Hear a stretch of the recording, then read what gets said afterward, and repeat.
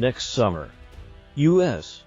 Air Force units will deploy from bases in Alaska, Hawaii, Guam and elsewhere across the United States to locations in the Western Pacific as part of a massive new air combat exercise. REFORPAC will provide a unique opportunity for the Air Force to test the still evolving concept of how to bring LARG forces relatively quickly to distant locations and changes to force structure to make those units easier to deploy. The Air Force sees these developments as critical to succeeding in future advanced combat in the Pacific.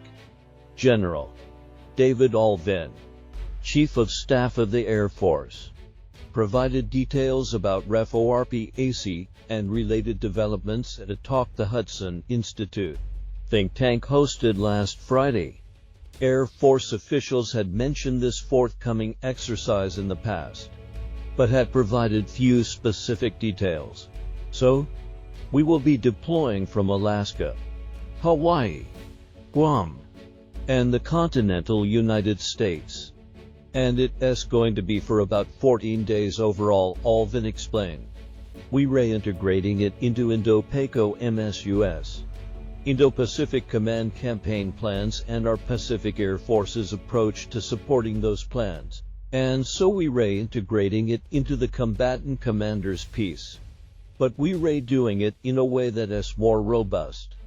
And it is for a longer period of time. How many units, aircraft, and personnel will be involved in REFORPAC, as well as where they will be deploying, is unclear.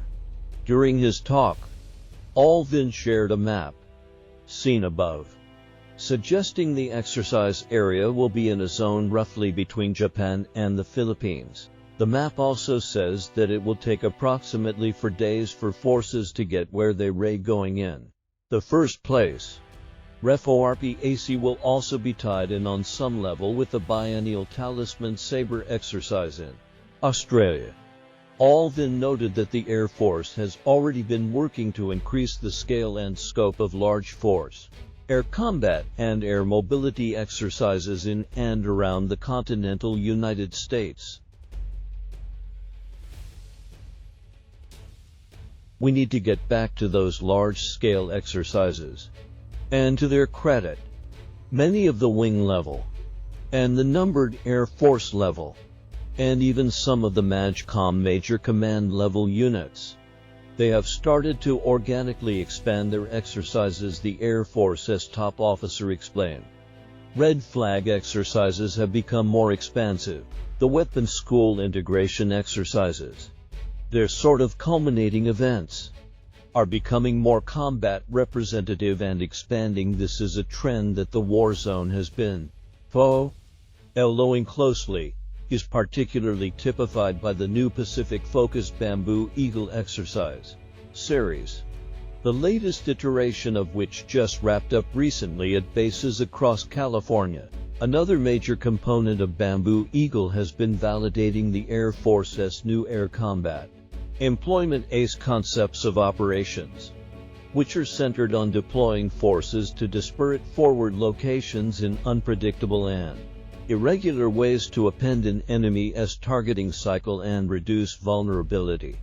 Per the map that General Allvin shared last week, at least some units returning from REFORPAC and or Talisman Sabre will then head to another iteration of Bamboo Eagle.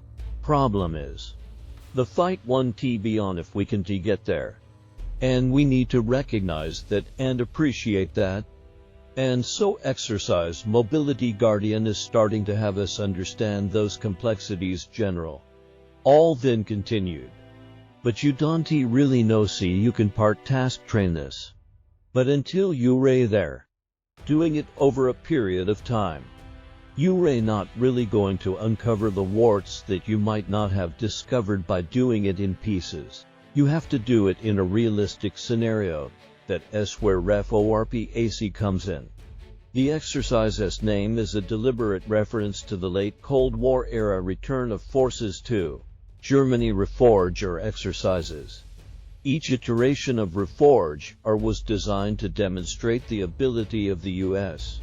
military and the rest of NATO to relatively rapidly deploy large numbers of personnel and carry out to Germany in the event of a conflict with Warsaw Pact states, in addition to highlighting what the Air Force is working to achieve with ACE.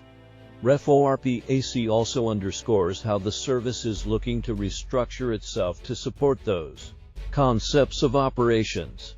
In February, Secretary of the Air Force Frank Kendall unveiled plans for sweeping force structure changes, including the creation of so-called Deployable Combat Wings (DCW).